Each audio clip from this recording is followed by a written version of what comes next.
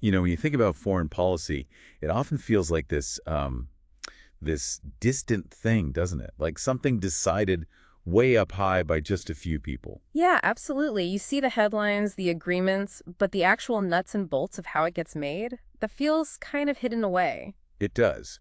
But the reality, as we're finding out, is, well, it's a lot messier, a lot more complex, and actually happens much closer to home. Exactly. It's not brewed in some isolated lab. It's shaped by this whole network of institutions, political dynamics, even economic players, all operating right here. It's this fascinating internal machinery. And that machinery, that whole process, is what we're really going to dig into today. We're doing a deep dive into what determines Indian foreign policy, how it actually gets formed, who are the key players, what do they really do behind the scenes. Right. And our mission here is basically to take the source material you've shared and really unpack it. We want to get a handle on the roles different groups play, the challenges they face, and really importantly, how they interact. Sometimes they work together, sometimes they clash. It's like peeling back the layers, isn't it? Seeing how the engine actually works. That's a good way to put it. And we should stress, everything we're discussing today, it comes straight from the text you gave us. We're letting that source guide our exploration completely.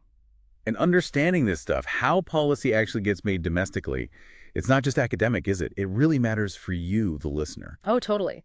Because it helps explain why India takes certain stances, why some policies stick and others face hurdles, maybe why sometimes the execution doesn't quite match the ambition. It gives you a much more, informed perspective on India's relationship with the world. Okay, so let's kick things off. When you think Indian foreign policy, the first institution that pops into mind, the main pillar, has got to be the Ministry of External Affairs, the MEA. Absolutely. The MEA is the cornerstone, set up right back in 1947, independence year. And interestingly, the source points out it was put directly under the prime minister right from the start. Which signals its importance, right? Straight away. Exactly. High priority. And the vision for it, even then, was pretty broad. The source mentions goals like friendly relations with all nations, a big focus on decolonization, which was huge at the time, and even this idea of working towards one world. Quite idealistic, that last one. And they structure their approach early on. Yeah, the source says they quickly developed this two-circle model. One circle for the immediate neighbors and another for, well, everyone else. That's interesting, that neighbor versus rest of the world split right at the beginning. Does the source suggest where that idea came from? It offers a possible interpretation, yeah. It suggests it might echo some aspects of British thinking from before independence. The British had policies like the ring fence, using buffer states, protectorates around India. So managing the immediate borders versus the wider world?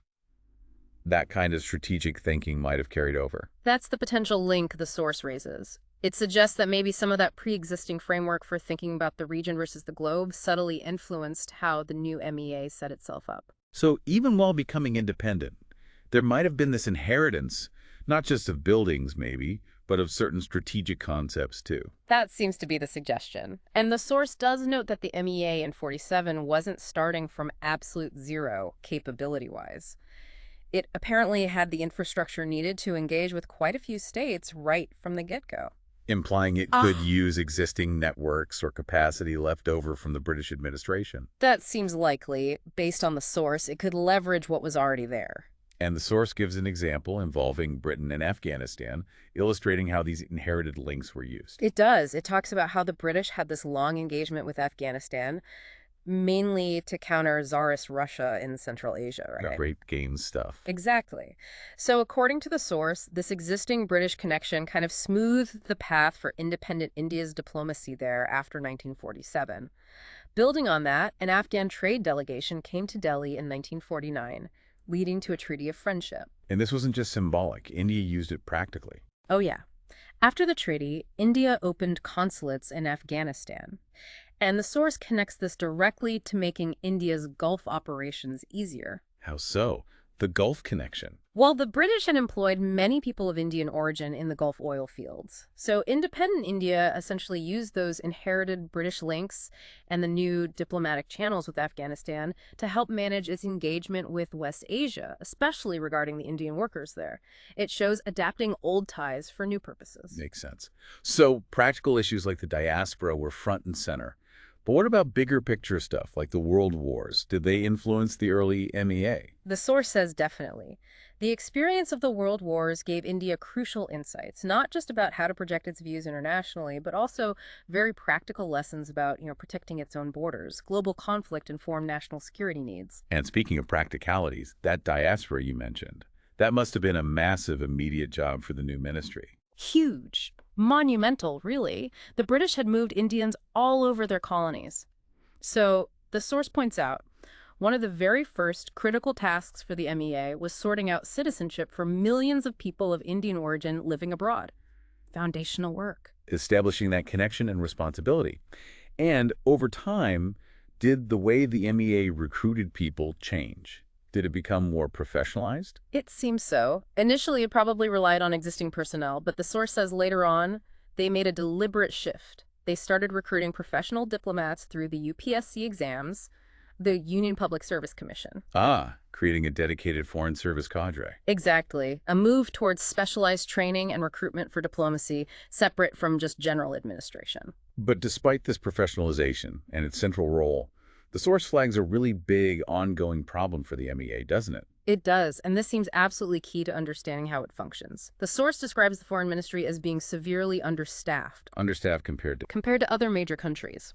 It specifically names Japan, the US, Germany, saying India's diplomatic corps is just much smaller in number.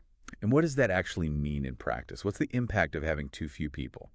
Well, the impact is pretty significant, according to the source. Officials are just overloaded.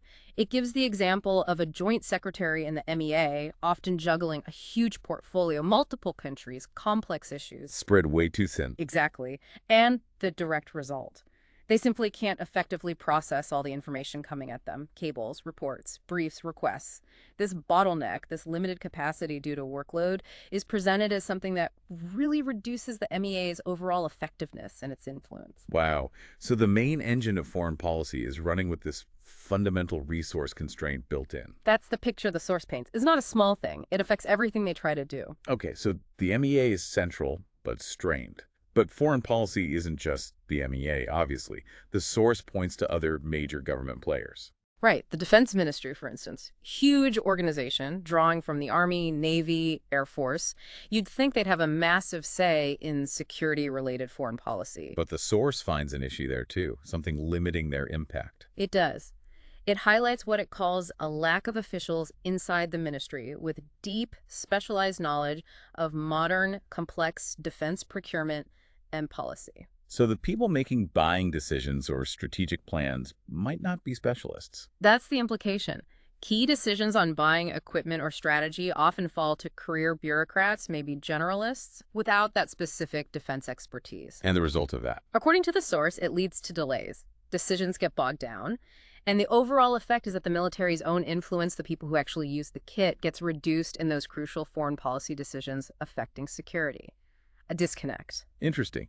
A big defense setup, but its voice maybe isn't as strong as you'd expect because of internal expertise gaps. It certainly challenges assumptions. And then there's the Defense Research and Development Organization, DRDO, linked to this. How do they fit into foreign policy?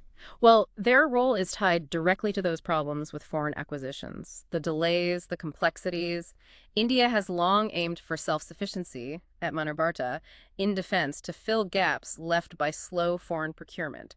DRDO is supposed to deliver that. The domestic solution. So what's the challenge here identified in the source? The source points to a recurring issue, a pattern of, and this is the phrase used, overpromise and underdelivery. Promising breakthroughs or systems that then don't quite materialize on time or as expected. That seems to be the crux of it. And the source adds another layer, a soldier-scientist disconnect. Meaning the military users and the researchers aren't always on the same page. Apparently. Suggesting a gap between what the soldiers need on the ground and what the scientists are focused on or producing. This, the source says, makes concerns about domestic defense production even worse. Okay, shifting gears slightly. What about the Home Ministry, the MHA? They deal with internal security, but they touch foreign policy too, right? Especially at the borders. Absolutely. They play a critical support role. Think about the ITBP, the Indo-Tibetan Border Police, on the China border, or the BSF, Border Security Force, on the Pakistan and Bangladesh borders. These forces are managed by the Home Ministry. And they're literally on the front lines of potential foreign policy crises. Exactly. Border management, dealing with incursions or smuggling, it's all intertwined with relations with neighbor. And the source gives a really specific case study involving the MHA that shows how internal government coordination, or lack of it, can mess up foreign policy goals. Yes, this visa processing example is very telling. The Home Ministry, through its Foreigners Regional Registration Offices, FRROs, handles visas. Now, India has this strategic goal, part of its soft power push, to build constituencies abroad. Meaning winning friends and influencing people internationally. Sort of, yeah. By inviting students, researchers, artists to India, let them experience the country, build connections. It's a long-term strategy. Makes sense. So what's the problem? The problem highlighted is a lack of smooth coordination between the MEA, which often pushes these soft power initiatives, and the Home Ministry FROs, who actually handle the visas on the ground. This can lead to real delays, especially for people already in India needing extensions, like students. You'd think extending a student visa would be simple if it serves a bigger goal. How bad did this coordination issue get? Apparently bad enough that the source mentioned a specific instance where the Foreign Secretary at the time, Shiv Shankar Menon, actually wrote to the Home Secretary, V.K. Duggal, saying they urgently needed a faster visa system because the delays were causing problems. A formal complaint between top secretaries, and the source links this directly to a foreign policy outcome. It does, quite explicitly. It says this inefficiency and lack of coordination is part of the reason India hasn't been able to develop constituencies abroad as effectively as, say, China has. Wow. So a bureaucratic tangle over visa paperwork directly impacts India's ability to build soft power influence globally. That really connects the internal machinery to the external strategy. It's a stark example. The domestic plumbing has to work for the foreign policy goals to be met. Okay, and what about the very top? The Prime Minister's office, the PMO, how involved are they? Deeply involved, as you'd expect, foreign policy officials, often from the MEA, work within the PMO. And the PMO is where decisions are made to appoint special envoys for really critical issues. Like? The source gives examples like climate change negotiations or major nuclear power deals, high-stakes, complex issues needing focused diplomacy directed right from the top. So the PMO acts as a central command for key initiatives.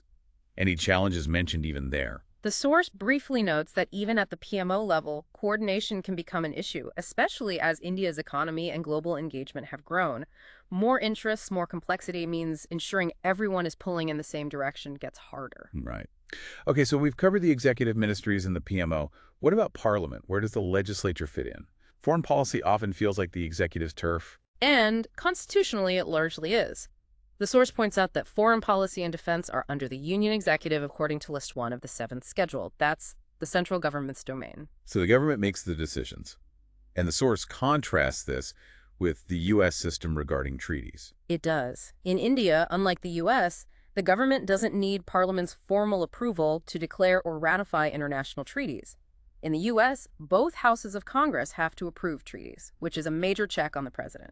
And the source reminds us of famous U.S. examples. Yeah, classic ones. Congress rejecting U.S. entry into the League of Nations after World War I, despite President Wilson pushing for it.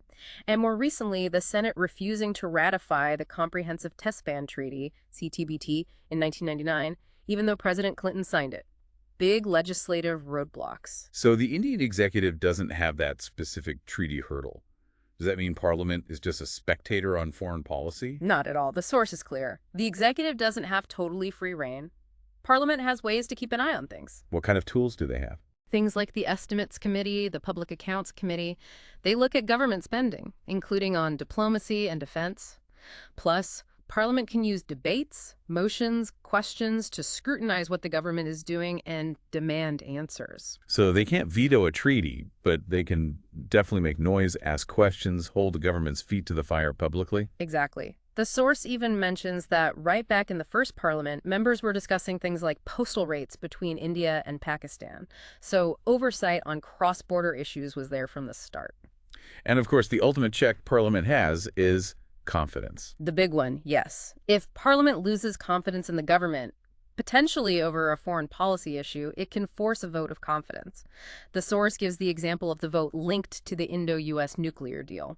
That shows a foreign policy move can put the government's survival on the line. The source also provides a couple of really interesting historical examples where Parliament clearly influenced or checked the government on foreign policy. Right. The first one is from Nehru's time, about joining the Commonwealth. India joined as a free association, not technically under the Queen, but still. Still linked to the former colonial power. That must have been controversial. Hugely. The source says many people in India weren't happy about it. There was a heated debate in Parliament, members pushing back, suggesting changes. And the government had to respond. They did. Nehru's government had to really work to explain its reasoning, use careful language, address the concerns. The source concludes this proves that even Nehru was highly checked by Parliament on foreign policy. That's a significant finding. What's the second case study? This one's much more recent, from 2013. Prime Minister Manmohan Singh was planning to attend the Commonwealth Heads of Government meeting, CHOGM, in Colombo, Sri Lanka. But the timing was sensitive. Because of the situation with the Tamil population in Sri Lanka after the Civil War. Precisely. The end of the Elam War was fresh, there were allegations of atrocities, and this resonated very strongly back in India, especially in Tamil Nadu. Where the major parties, the DMK and AIA-DMK, took a strong stance. Yes. The source mentions the Tamil Nadu Legislative Council actually passed a resolution calling for sanctions on Sri Lanka and a UN investigation. It really touched a raw nerve. So regional politics within India put direct pressure on a central government foreign policy decision whether the PM should go to an international summit. That's exactly what the source describes. The pressure from Tamil Nadu was intense, and the result? Manmohan Singh decided not to go. He sent the foreign minister instead. It's a clear case of regional sentiment directly impacting and changing a major foreign policy action. These examples really underscore that point. Even with executive dominance constitutionally, Parliament and regional pressures can act as real checks. It's definitely not a simple top-down process. Influence flows in complex ways. And that brings us nicely to thinking more about these non-state actors in regional politics. The source digs into the role of state governments a bit more. It does. It confirms states can be important, especially on issues affecting their borders or populations, like the Tamil Nadu example showed. But it also makes an interesting point about elections. What's that? Generally speaking, foreign policy isn't a big vote winner or loser in Indian national elections. Domestic politics hasn't really evolved, the source suggests, to the point where parties campaign heavily on specific foreign policy details like alliances or diplomatic strategies. So people aren't usually choosing their MP based on their stance on, say, the Quad or relations with Russia. Generally not, according to this source. But it says regional parties are the exception. Ah, back to Tamil Nadu and Sri Lanka again. Exactly. That's the prime example used. Regional parties like the DMK and AIA-DMK do use issues like the Tamil situation in Sri Lanka to whip up regional sensation, mobilize voters in their state, and pressure the central government.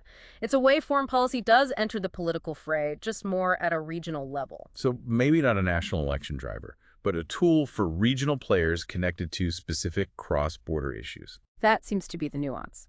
Now, another key non-state actor, the private sector. Businesses.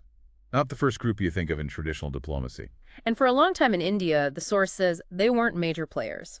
When the economy was more closed, pre-liberalization, they had little scope in foreign relations. But after the 1990s, that changed. Massively.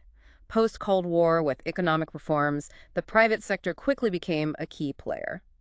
The source even says that in many bilateral relationships now, trade diplomacy is purely dominated by the private sector. Purely dominated. That's strong language. Suggests businesses are really driving the economic side of foreign relations. That's the clear implication. The source mentions, though it's for later chapters not in our scope, that Indian commercial diplomacy in Africa and Latin America is largely private sector driven.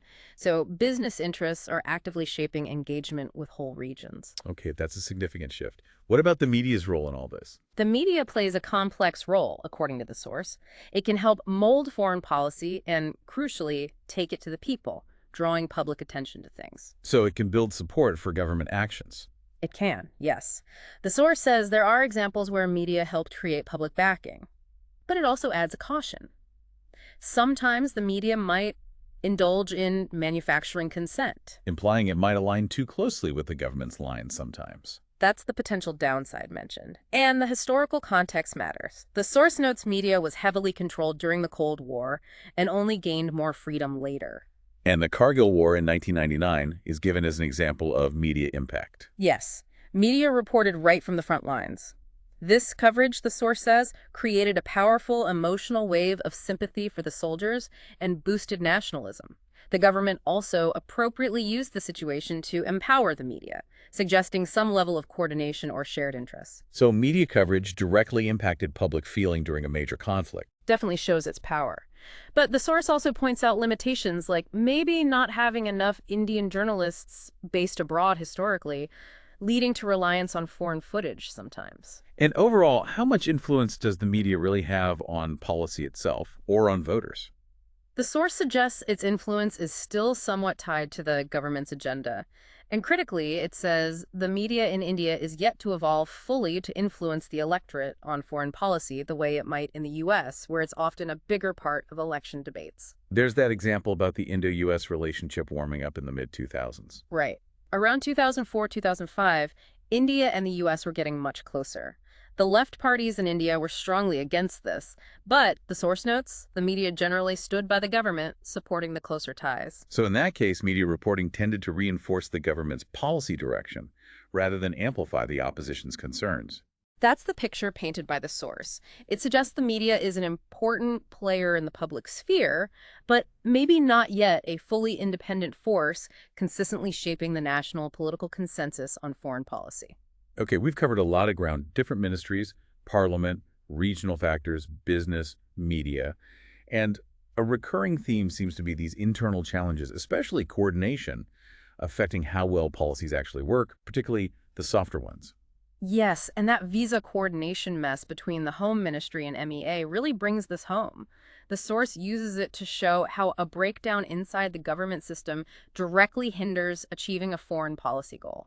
Undermining that whole strategic aim of building constituencies abroad through inviting students and researchers. Exactly. You want to build goodwill, foster connections. It's smart, soft power. But if the basic visa process involving MHA and MEA is clumsy, slow, frustrating, it puts people off. It defeats the purpose. It shows how crucial that internal government plumbing is for the external image and impact. Absolutely. The source highlighting the foreign secretary needing to formally complain shows it was a real problem. And linking it to falling short compared to China in building those constituencies makes the foreign policy cost very clear. It's not just red tape, it's a strategic handicap. And you can see how this connects back to the other issues, can't you? Yes, it all ties together. If the MEA is understaffed, they have less capacity to liaise effectively with other ministries like Home Affairs. If there are issues in defense or with DRDO, that requires cross-ministry effort to sort out. The fact that PMO coordinates critical issues highlights that seamless coordination isn't automatic lower down. So the big picture from the source is that effective foreign policy isn't just about having the right ideas at the MBA. It depends on the entire domestic government machine working together efficiently. Precisely. Internal factors, staffing, expertise, coordination are direct limits on how well India can project its influence, whether it's hard power or soft power. Right, we've really unpacked a lot from this source material. We've seen the MEA's central role, but also its constraints. We've looked at defense, home affairs, the PMO. We've examined Parliament's surprising influence and the roles of states, the private sector, the media. And the clear message coming through is that Indian foreign policy is absolutely not made in a vacuum by one single entity. It's the result of this constant interplay, influence, and, yeah, sometimes friction among all these different domestic parts. Definitely not monolithic. Not at all. Even with the executive having the main constitutional power, the source shows there are real checks and balances. Formal ones from parliament scrutiny, confidence votes, and informal ones, regional political heat, the weight of business interests, the media shaping the narrative. But understanding this whole complex dance inside the country, all these moving parts and challenges, it really helps you, the listener, understand more than just the final policy announcement. You get a sense of the pressures and capacities behind why India engages with the world in the way it does. Yeah, it adds so much depth. You see the internal dynamics that shape the external actions. It's a much richer understanding. The source material we explored today painted a really detailed picture. It flagged specific internal weaknesses like the MEA being understaffed or those coordination gaps between crucial ministries like MEA and Home Affairs, and it explicitly linked these internal issues to challenges in projecting influence effectively, like struggling to build those constituencies abroad. It also showed how potent domestic political forces, like regional parties focusing on the Sri Lanka issue, can directly bend or block central foreign policy moves. So when you take that all together, the described internal institutional challenges, the capacity limits, the coordination problems, sitting alongside these powerful domestic political pressures from regions and other actors, it raises a really interesting question, doesn't it? How might this complex internal landscape continue to shape India's ability to actually achieve its big ambitions on the world stage, especially for those long-term goals like building deep, lasting relationships and influence abroad that really depend on consistent, coordinated effort across the whole domestic system? That's definitely something to keep in mind as you watch India navigate its role in the world.